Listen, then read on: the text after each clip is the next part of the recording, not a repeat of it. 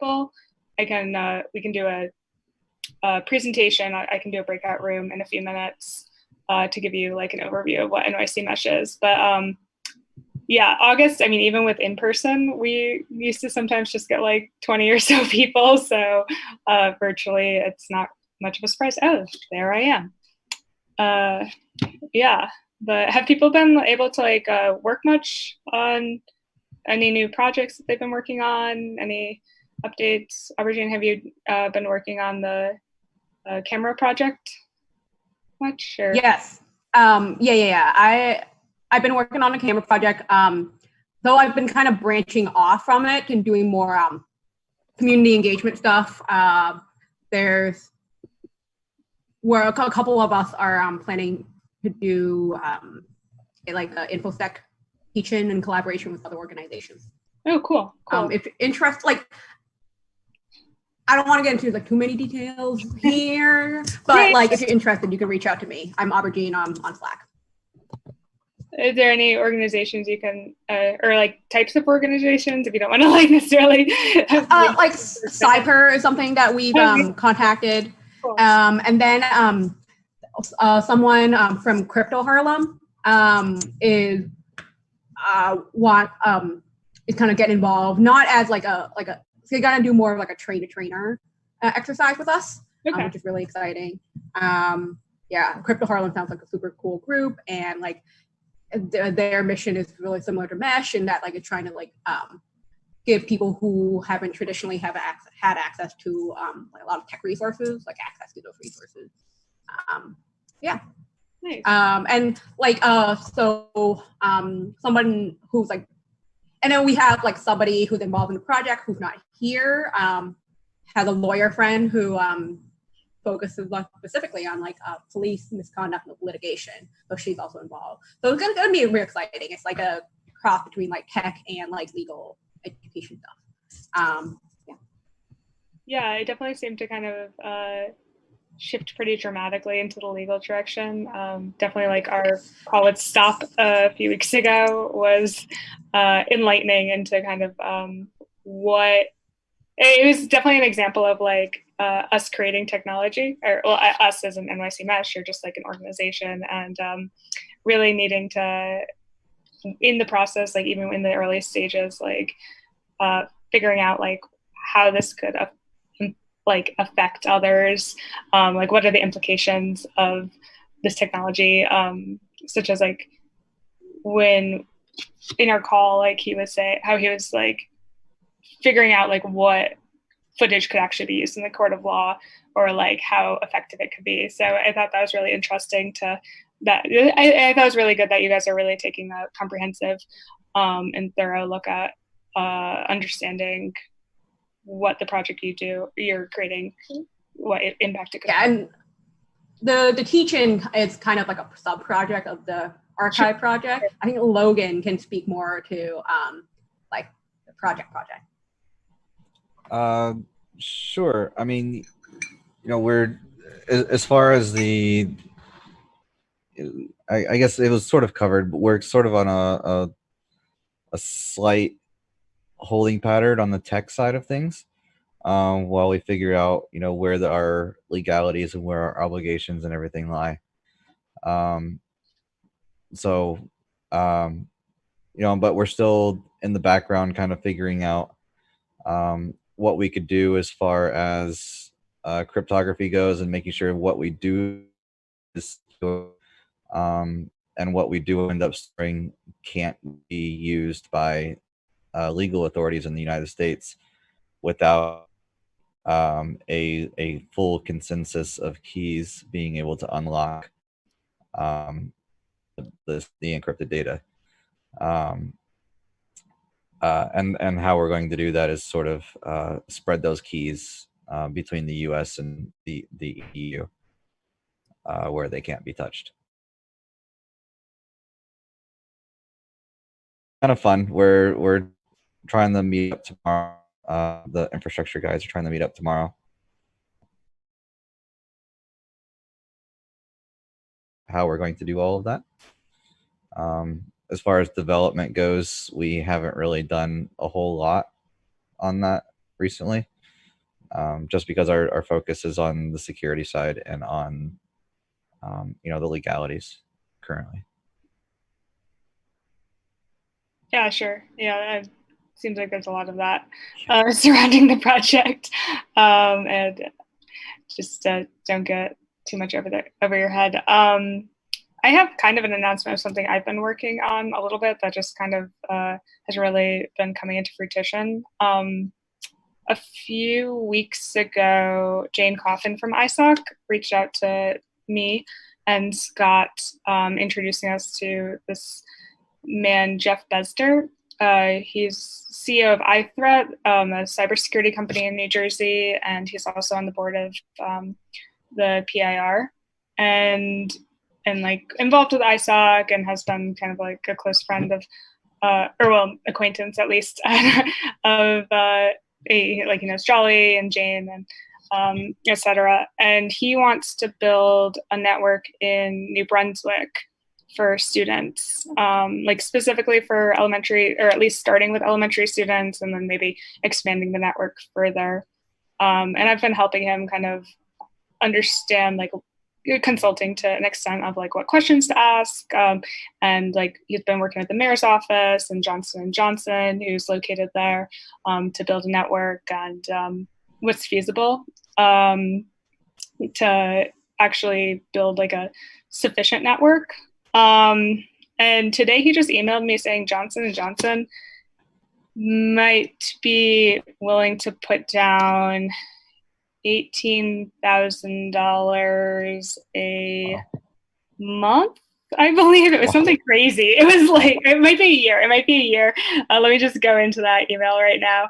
I got it, like I was in the middle of like a meeting at work, and I was like, I just saw 18,000, but to help with like infrastructure rentals, at least like fiber, to get connected. So I have been kind of just like giving him tips on what to do and like just seeing where this came. But I definitely think we're like beginning to start. He could definitely use some more technical input, and like it seems like there's actually money on the table. He said he's very good at getting money, which is always a good thing to hear. And then the city of New Brunswick, the mayor's office, said that they have access to telephone poles to mount onto. It seems like they can get power from the telephone poles as well. And so yeah, it's, if people want to help me with that, I think like what we would try to do is install and the city will also donate like hotel rooms and food for people who are installing. So I was definitely gonna like reach out to Troy and the Spectrum Strikers team, see if they wanted to help out. And I've been pretty adamant about like stipends as well, just to kind of compensate people for their work. But what I'm thinking is like if we can get a fiber connection from like Rutgers University or a local fiber, some like other large organization to donate some fiber at least. And then if we're installing on telephone poles, we don't have to do as many like in-home installs. So maybe we could just like wirelessly connect to houses depending on where the greatest density is with like OmniTix. So that's like a very, very loose and a brief description of like what my thought of like the actual infrastructure would look like. But I definitely think I could use some help because I think he thinks I understand it a little better than I do. So when that sort of money is on the table, I don't want to have it fall away. So yeah, has anyone else been working on stuff? How have installs been going? And I haven't really been seeing many installs posted, and I was wondering like how install training is going to occur, especially with social distancing and letting people into your germ pod, etc. So I don't know if anyone has any insight into that or comments, or if they have been on installs.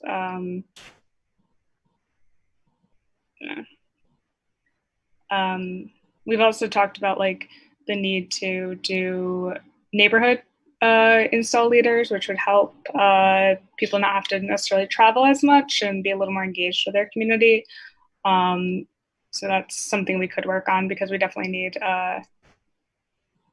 it definitely seems like it's been struggling a bit. Does anyone have any? I mean, I just know that the install team Slack is pretty active with people going out and doing stuff. Okay. That's all I know. I guess in comparison to like a few months ago, it seemed really inactive. So, I mean, I've been seeing posts, but definitely not at the rate which they were done before. And I even know like I have a friend who requested an install and he hasn't heard back. And like, so I wasn't sure if it was just manpower or, I mean, I imagine manpower is obviously kind of always a problem, but, or lack of it. But if there's any, if anyone's been talking about this at all. Not sure. Okay. Yeah, I mean, this isn't really necessarily. I know the Aquatorium is getting new Wi-Fi soon. Sorry, what? I know Node 355 is getting new Wi-Fi soon. The Aquatorium boat. Okay. Okay. Cool. Yeah, I mean, it seems like there's been like one-off installs, but I haven't really heard much about like yeah, it just seems like it died down a little bit. And I was wondering how that experience was for those who might have been going on installs, and especially with new and training new people, if that's been happening at all. I was like definitely like, oh yeah, like installs are happening again. I want to get trained, but then the heat wave struck, and I'm like, I don't want to. Yeah, that's totally. August is like kind of the worst month, but I think we could start ramping it up again now that, especially September, and it's starting to get cooler. I know we did like a pretty extensive training that Willem led a few months ago, and I was wondering if there had been any contact with those people who attended those. I think we had at least like 30 for each of the sessions. It was 3 weeks.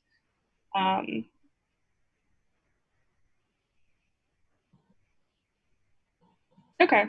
Does anyone else have stuff they want to chat about?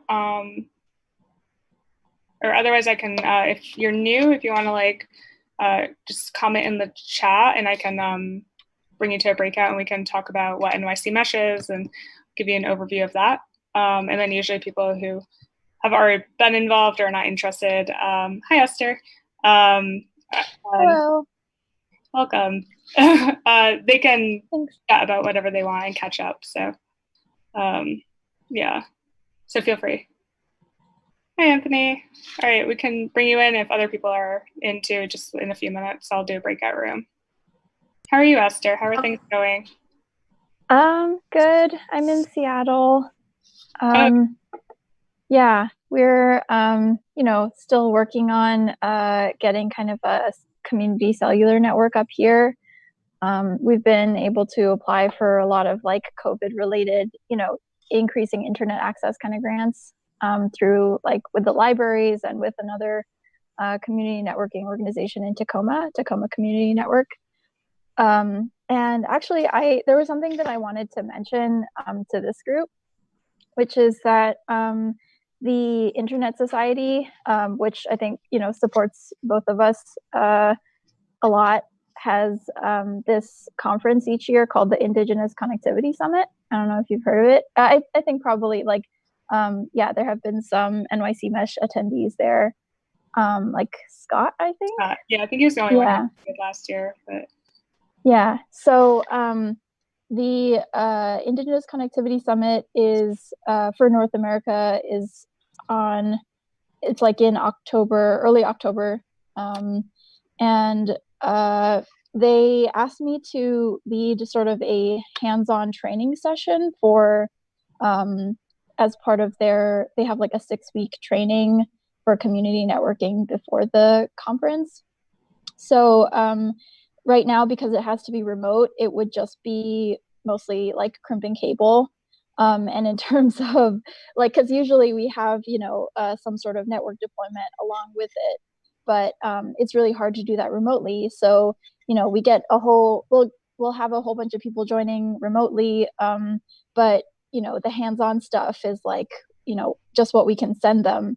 So we're going to send them crimping kits and teach them how to do stuff.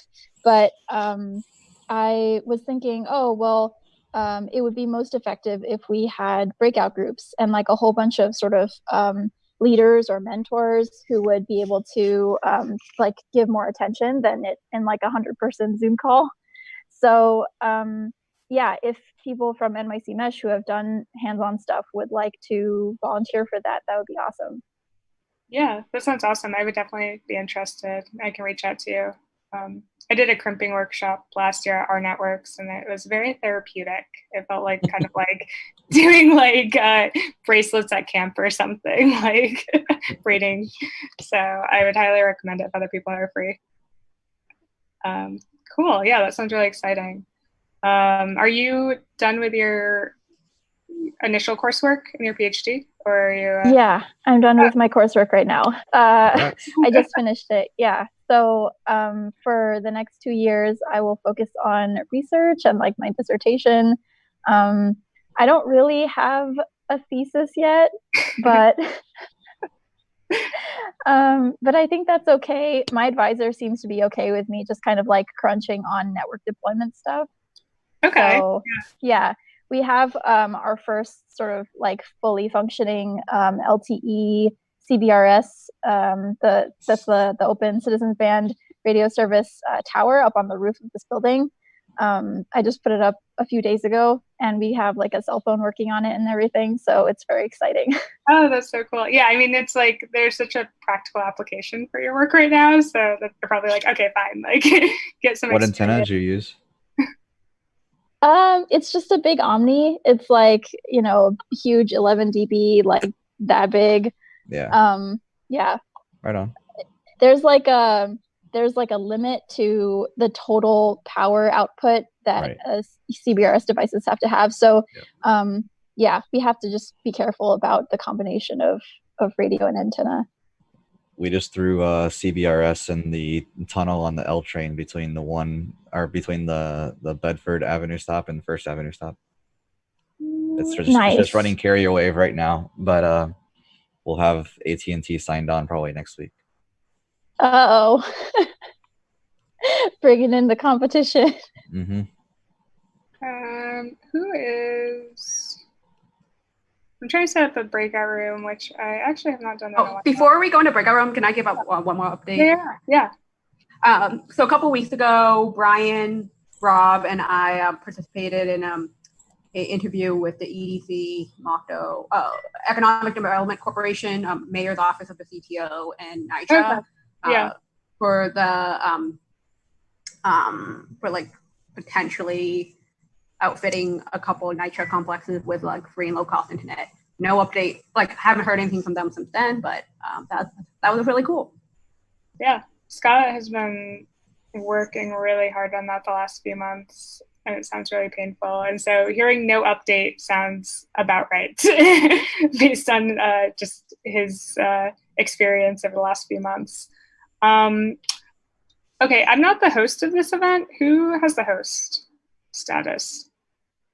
I don't know if you can see on your account. I mean, there is this ISOC Live. I don't know who that person is. They're the host? Looks like that the host. I don't know who it is. That's Jolly then. Jolly, are you around? Are you no host? Well, can you? Okay. So in order to do a breakout room, I cannot go into a breakout. If I'm the host, I can't go into a breakout room. Can someone claim host and put me and Jean and Anthony in a breakout room, please? No host. Anyway, oh, okay. I see what happened. Okay, I have to claim host. Oh shit. Wait. Okay, never mind. Sorry. I'm glad we're not recorded anymore. It's fine. I just have to log in. We used to